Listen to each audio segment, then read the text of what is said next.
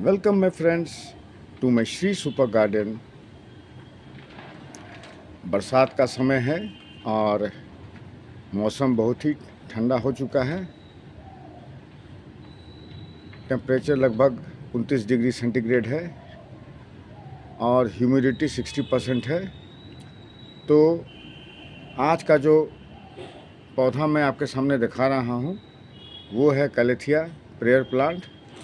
और इसका पहले मैं आपको क्लोजअप व्यू दिखा देता हूँ इसकी पत्तियों का। कितना सुंदर व्यू है इसका, कितना सुंदर वेरिगेशन है। तो चलिए इस पौधे के बारे में, कैसे हम लोग को ग्रो करना है, कैसे रख रखाव करना है, कैसे फर्टिलाइज करना है, कैसा कैसा पॉटिंग मिक्स बनाना है, मैं आपको सभी चीज़ मैं बताऊंगा। तो ये जो पौधा है, सबसे पहले मैं बताऊंगा सनलाइट रिक्वायरमेंट का। तो ये जो पौधा है, जहाँ ये नेटिव प्लेस में भी उगता है, ये शेड में उगता है। इसे डायरेक्ट सनलाइट नहीं चाहिए, इनडायरेक्ट सनलाइट चाहिए। और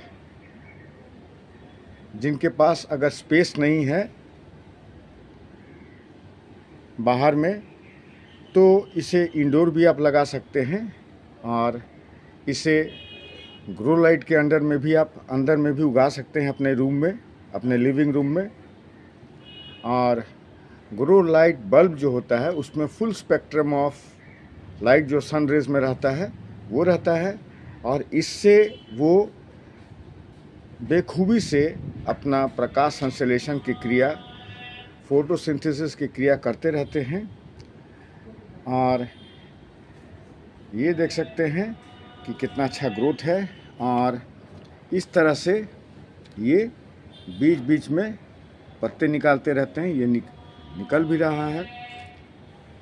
तो इसका खूबसूरती जो है बहुत ही सुंदर है। और इसका जो अंडर साइड का जो पत्ता है मैं दिखा रहा हूँ, ये पर्पल कलर है, बहुत ही सुंदर पौधा है। तो इसके सनलाइट के रिक्वायरमेंट में मैं आपको बता चुका हूँ। अब चलिए मैं वातावरण के बारे में बताता हूँ कि किस वातावरण को ये लाइक करते हैं। तो ये ह्यूमिड कंडीशन को लाइक करते हैं। अभी बरसात का जो मौसम है, ये बहुत ही अच्छा मौसम है इन पौधों के लिए।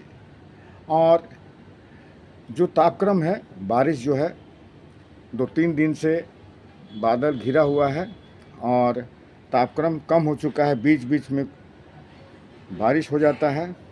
तो ये पौधा जो होता है बहुत ही खुश रहता है। तो चलिए मैं इसके पॉटिंग मिक्स के बारे में बताता हूँ। तो इसका जो पॉटिंग मिक्स है, ये वेल ड्रेन्ड पॉटिंग मिक्स होना चाहिए। तो पॉटिंग मिक्स में मैंने क्या डाल रखा है, तो 30% गार्डन सॉइल मैंने डाला है,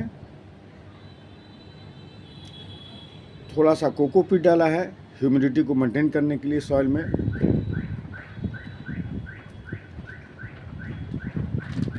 20% मैं सैंड, रिवर सैंड डाला हूँ, ताकि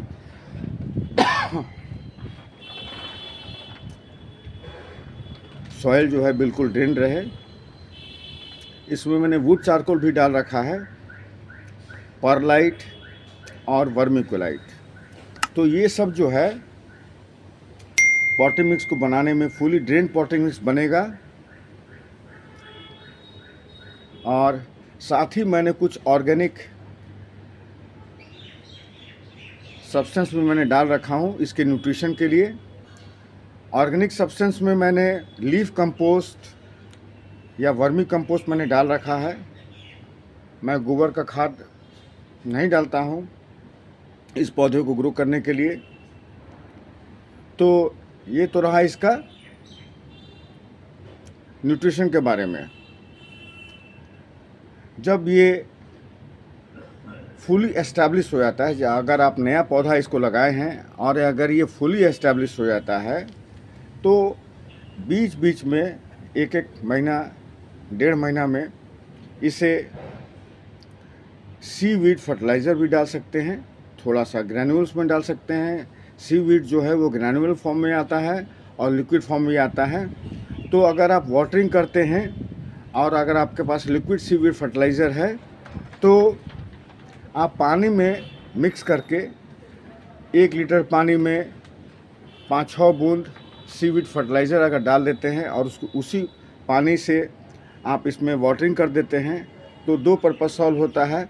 आपका वाटरिंग भी हो जाता है और इसके साथ आप जो है इसमें आप सीवीड फर्टिलाइज़र देते हैं, क्योंकि सीवीड फर्टिलाइज़र में सारे एसेंशियल न्यूट्रिएंट्स रहते हैं पौधों को ग्रो करने के लिए। और इसके साथ ही आप कुछ एनपीके का जो होता है 19-19-19 एनपीके का खासियत ये है कि ये एनपीके जो फर्टिलाइज़र है ये पानी में बहुत ही अधिक घुलनशील है। पानी में डालते ही ये तुरंत घुल जाता है। ये फास्ट रिलीजिंग फर्टिलाइज़र है। अगर आप स्लो रिलीजिंग फर्टिलाइज़र डालना चाहते हैं तो आप डीएपी आप डाल सकते हैं, कुछ दाने 3-4 दाने, या एक बासा कोट होता है, आप जब पॉटिंग मिक्स का बनाते हैं तो उसको भी इसको मिला दीजिए। ये बहुत ही स्लो रिलीजिंग फर्टिलाइज़र होता है और इसे निरंतर न्यूट्रिएंट्स को सप्लाई करते रहता है। तो ये तो हुआ इसका न्यूट्रिएंट्स के बारे में।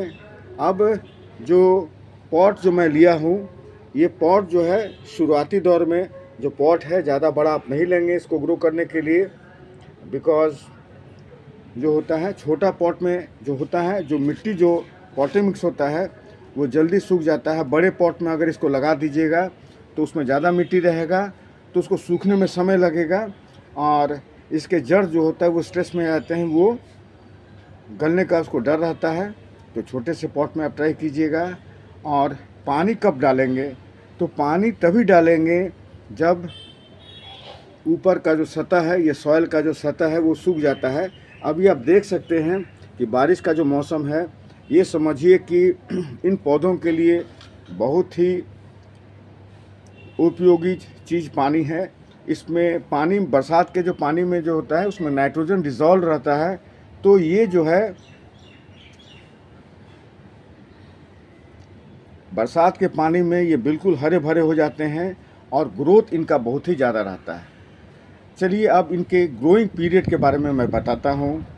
ये जो पौधे होते हैं ये ट्रॉपिकल रेन फॉरेस्ट के पौधे होते हैं और ये जो ग्रो करते हैं ये आपको जैसे ही गर्मियों का मौसम स्टार्ट होता है, जैसे मार्च से लेके, और फिर इसका जो मैक्सिमम ग्रोथ जो देखने को मिलता है वो बरसात का समय मिलता है।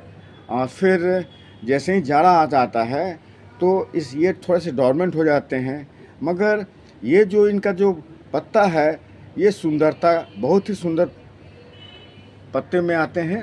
इसको प्रेयर प्लांट भी बोलते हैं और इसे आप लगाएं ज़रूर।